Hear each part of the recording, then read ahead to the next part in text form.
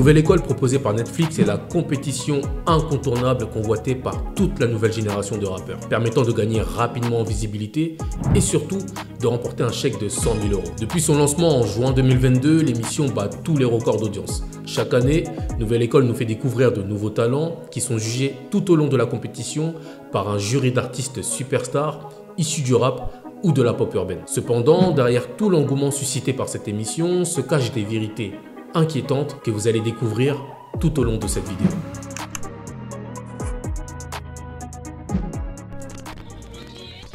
Hello à tous, bienvenue dans cette nouvelle vidéo. Je suis Komi Benga d'Artistic Maurice et aujourd'hui je vais vous dévoiler certaines vérités qui se cachent derrière la Nouvelle École de Netflix. Mais avant de rentrer dans le vif du sujet, comme d'habitude, n'hésite pas à montrer ton soutien à la chaîne en t'abonnant et en mettant dès maintenant un petit pouce bleu sur cette vidéo. Ce petit geste anodin nous encourage à t'apporter toujours plus de valeur et à aborder des sujets sur l'industrie musicale comme tu ne les entendras nulle part ailleurs. Mexico!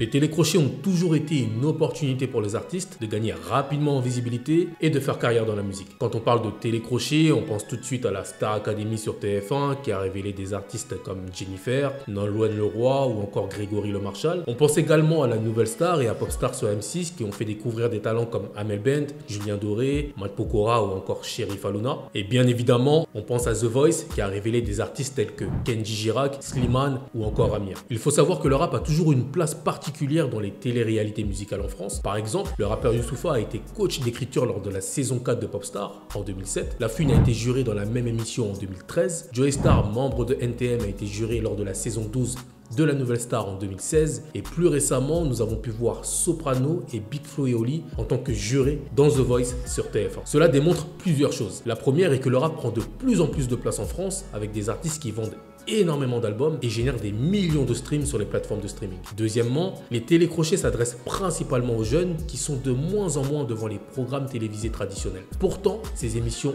ont trouvé la recette magique car dès lors qu'une star du rap intègre ce genre de programme, les audiences explosent. De plus, selon un rapport de l'IFPI, qui est une organisation qui publie des rapports annuels et des statistiques sur les tendances et les performances du marché de la musique à l'échelle mondiale, les 18-30 ans sont les plus grands consommateurs de musique, en particulier par le biais du streaming. Et enfin, la troisième évidence est que le rap, qui a le vent en poupe depuis plusieurs années, n'avait pas encore son propre télécrochet. Netflix, comprenant là qu'il y avait une opportunité énorme, a décidé de lancer la première compétition rap de référence.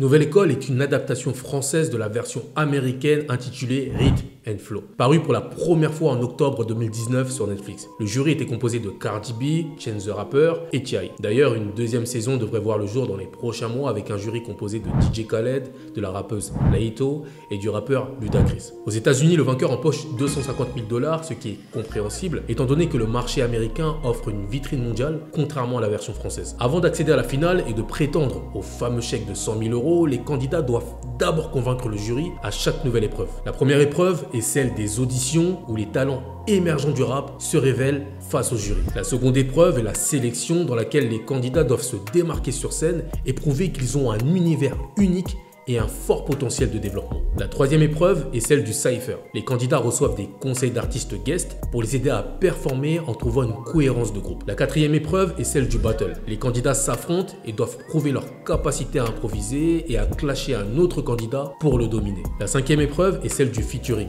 Les candidats interprètent un tube sur scène avec l'interprète original et doivent s'approprier ce tube en y injectant leur propre univers. La sixième épreuve est celle de la performance visuelle. Les candidats doivent démontrer leur capacité à développer une image identifiable à travers un clip. Enfin, arrive le moment de la finale. Les candidats doivent démontrer leur capacité à produire un hit et à interpréter ce titre sur scène avec une scénographie qui met le titre en valeur. Le but, remporter les 100 000 € et donner une visibilité maximale aux singles sur les plateformes de streaming. En produisant la compétition rap de référence, Netflix a 3 leviers de rentabilité. Le premier est d'attirer de nouveaux abonnés payants sur la plateforme et de fidéliser les fans du programme. Le second est de scaler en produisant plusieurs saisons du télécrochet. Le dernier levier est d'adapter l'émission à l'international. Il devient simple de comprendre que si une saison de Nouvelle École coûte par exemple 3 millions d'euros à produire, mais que cette même saison attire 1 million de nouveaux abonnés à coût moyen de 10 euros par mois durant un an, cela représente 120 millions d'euros de chiffre d'affaires généré par Netflix uniquement grâce à une saison de Nouvelle École. Si Netflix produit par exemple 5 saisons de Nouvelle École en gardant les mêmes coûts de production et le même seuil de rentabilité, ils auront dépensé 15 millions d'euros sur 5 ans et empoché sur la seule base des abonnements mensuels près de 600 millions d'euros. Cela démontre très clairement que le rap est un business très lucratif qui rapporte énormément et que Nouvelle École a parfaitement compris comment tirer profit de jeunes artistes qui, pour gagner rapidement en visibilité, sont prêts à mettre en jeu la suite de leur carrière musicale.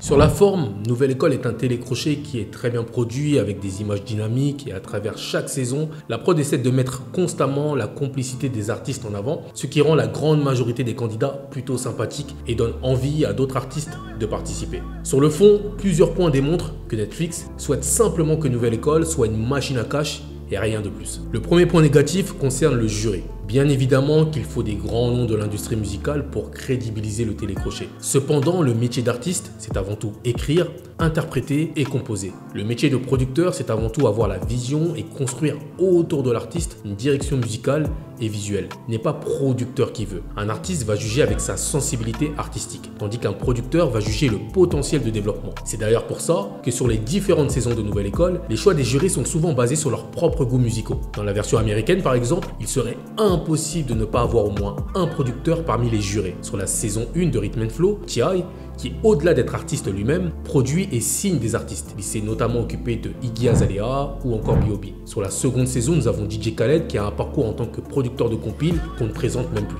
Le deuxième point négatif concerne l'objectif réel derrière Nouvelle École. La plupart des télécrochets que nous connaissons offrent un beau chèque et une signature dans une grande maison de disques. Netflix, en revanche, a choisi uniquement d'offrir le beau chèque. On le sait, la plupart des artistes qui participent à Nouvelle École veulent gagner les 100 000 euros et profiter de la visibilité du programme pour accroître leur notoriété, ce qui est parfaitement compréhensible. Cependant, en tant qu'artiste, gagner soudainement de l'argent et en notoriété sans une structure pour t'aider à gérer tout cela peut souvent s'avérer être un cadeau empoisonné. Si le but de Nouvelle École était réellement de favoriser l'émergence de nouveaux talents dans le rap, ils auraient dû collaborer avec une maison de disques majeure pour offrir aux vainqueurs tout ce dont il aurait besoin pour réellement émerger. Cela inclurait un contrat adapté, une avance négociée en amont ou un flat permettant ainsi aux vainqueurs d'investir l'argent gagné dans un actif en dehors de la musique tout en continuant à faire de la musique dans les meilleures conditions possibles. Le pire est que l'exposition de Nouvelle École n'offre pas d'autres débouchés de carrière pour ceux qui n'ont pas gagné l'émission mais qui ont un véritable talent. Dans d'autres télécrochets comme The Voice ou Star Academy, certains artistes trouvent des opportunités dans des comédies musicales, deviennent choristes, coachs de chant et bien plus encore. Malheureusement, la plupart des artistes ayant participé à la compétition rap de Netflix retourneront simplement à la case départ avec